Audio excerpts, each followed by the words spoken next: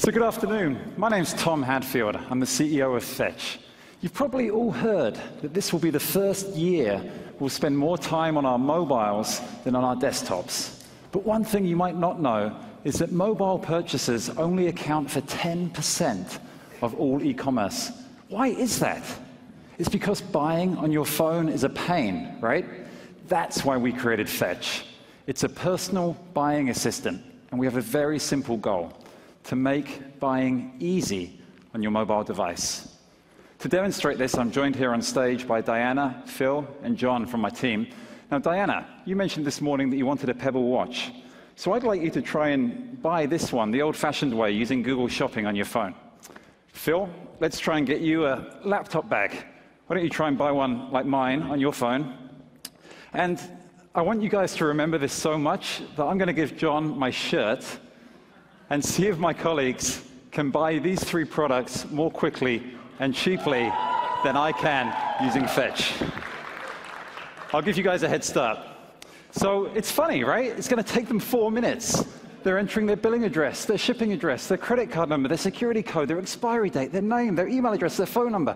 They're going to check for coupon codes, they're going to do price comparison, and this is all on a tiny screen. They're using a shopping cart technology that was invented in the mid-1990s. There's been almost no innovation in this space in the past 20 years. It's been ported across onto the mobile, and look, it doesn't work. So we think it's time to kill the online shopping cart. What if, instead, buying was as easy as describing the product that you want? Well, watch this. Using Fetch on my phone, I'm going to tap the record button and say, buy me the light blue Robert Graham dress shirt, size 16. I'm going to tap buy now, and it's done. I just bought that shirt, John. That means you can give this back to me. I still can't believe I actually just did that. Most embarrassing minute of my life is now over. So the reason that I could do that and my colleagues couldn't is because Fetch has a team of highly trained professional shoppers who will identify the product that you want from a voice memo or a photograph or a text message, and then a real human being, not some algorithm, will search for the best price available online. They'll check for coupon codes for you, and then they'll place that order for you on your behalf using your billing and shipping information from your Fetch profile. So we're excited to show you how this works. If we could switch to the demo, please. Diana, how's it going with that Pebble watch? You're still going. So Fetch asked me the question, what product do you want to buy? So I'm going to type in red Pebble watch. I click next to confirm my billing and shipping information, and now I have two choices. I could click buy now, and my buying assistant would find the best deal online for me and then place the order. I'm going to click the other option, find best price, and I'll get a push notification in a couple of minutes with the lowest price available online, and I can choose at that point whether to continue with that order. Phil, you're still working on that laptop bag. So I'm going to start a new request. I'm going to switch to the camera mode, and I'm going to take a photograph of this bag.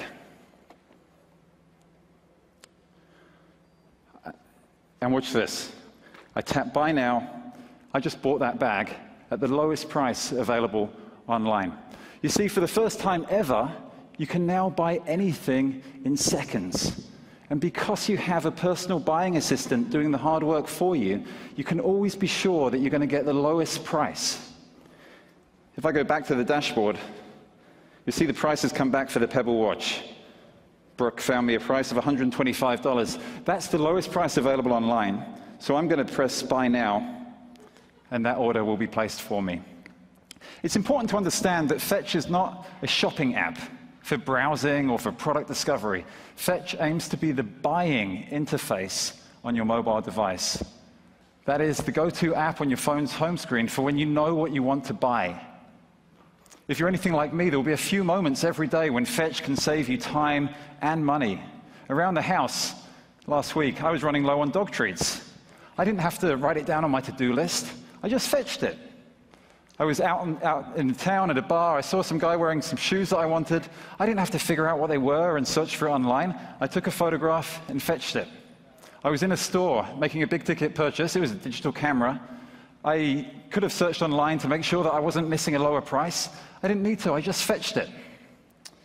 If I go back to my order dashboard here, you'll see that I've managed to buy all 3 of those items, the watch, the shirt, and the bag, in less time than my 3 colleagues could buy anything. So if we could switch back to the slides, please.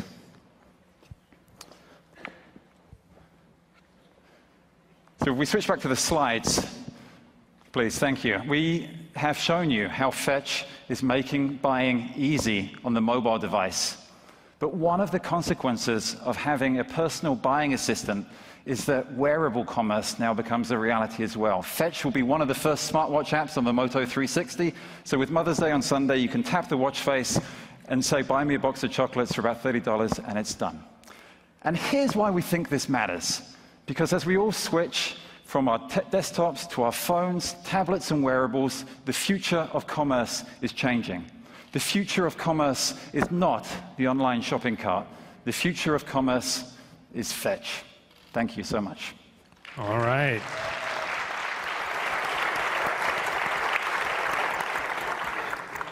Judges?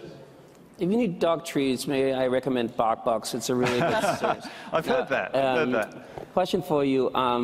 How do you get people to hear about you? It doesn't have virality built into it. Sounds cool, but what do you think about for acquisition strategy? So we've been testing this privately amongst friends and family over the last few weeks, and there's an analogy here with Shazam. Do you remember when you first found out about Shazam? Someone lifted the phone up to the music and recognized the song, and you said, wow, what's that? So as we've noticed, our beta users taking a photograph of the bottle of wine at the end of a dinner in a restaurant. What are you doing? Oh, I just bought that. Right? And so there's definitely a bit of a social buying aspect to this. Over the next period, we're actually focused on high levels of user engagement amongst a relatively small number of people. And so we've set aside 2,000 invite codes for Disrupt attendees, invite code Disrupt. And we'd like to keep this fairly small while we refine the app with you guys before we really focus on scaling the user acquisition. What's the margin you take, and how do you make sure that that scales effectively to make sure that you can pay for the people that are doing the work? Yeah, great question. So on the business model, it's affiliate commission plus freemium. We take, on average, about 7% of the orders that we place through the affiliate programs and affiliate networks that you're familiar with. We share some of the proceeds with the buying team to keep the app free to use for everyone. And if you think about this, if you own the buying interface, if we have only 5 million users who are using this once a month to buy something, with an average order size of $30, that's $1.8 billion a year in annual sales volume going through the Fetch app. And so the affiliate commission is just the beginning. We'll be adding premium features with a freemium model for our heaviest users. And just to clarify, is the buying team employees of Fetch, or is it kind of a TaskRabbit model where anybody can come on and be fetchers? It's both, actually. So we have bonded employees who are placing the orders, and we also have a freelance network of buying team members who are doing the searching for the lowest prices. Why are there humans at all involved? I love this on question. The buying side? What can humans do that Siri can't? So human judgment is such a plus when it comes to e-commerce. The amount of trust that you need to delegate the task of buying something so that a human can make sure that they identify the right product for you instead of auto-recognizing an image. They can definitely find you the lowest price by checking coupon codes, etc., not just the prices in the computer's database. And they can fill out a checkout form on any retailer's website using your information, which none of the unified checkout systems can do. And so we think that the combination of human intelligence with artificial intelligence is really the future of mobile commerce. Any other questions? Yeah, there's a lot of mind share in the space. I mentioned TaskRabbit, but Exec, Postmates, Instacart, Amazon, you name it, eBay, Google, you know, I don't know, I guess it's just another follow-up, but really, how do you think about breaking through that in people's minds and also just in the industry, in the space? Yeah, totally. So first of all, the first thing to say is that Amazon's great. It's the quickest and the easiest option that we have right now to buy anything. You are limited to the retailers that are in their network, the products that are in their selection. They're often the lowest price, but not always. So we want to make buying as easier and easier than any of the offerings from those companies that you've mentioned. Try tonight. Download Amazon Flow. Take a photograph of a product that you want. Download Fetch. Take a product with a photograph if you want. I guarantee that we'll do a better job of identifying that product and finding a better price, and we can place that order for you. And so we're really relying, we're a bootstrap startup, right? We're pretty early stage. We're really relying on the quality of the user experience, and that's spreading, again, over this next phase as we focus on user engagement as our primary metric. Do you guys do any guarantees about the lowest price? Like, I go with you guys, and then I find a lower price somewhere else that you guys match it, I get a refund or something like that? We do say that if we miss a price, which hasn't happened yet, we've done over 2,500 product searches in the past 4 weeks, we'll refund the difference. And what do you do for that brown bag over there? How would the person go about finding that? They're just Googling brown leather bags and finding the closest one, or? Yeah, so there's so the first thing to say is that we're only human, we're not superhuman, and so we do need enough identifying information to be able to find it. This brown leather bag has a Ted Baker logo on the front. It has 2 pockets at the front. It happens to be one of the only models of Ted Baker bags that fits that design, and so it's some combination of going to manufacturer websites, using auto image recognition software, third party that we use. But again, we need enough identifying information from the user to be able to do that. But it's a great question. I get your point about being freemium and onboarding people, making it super friction-free.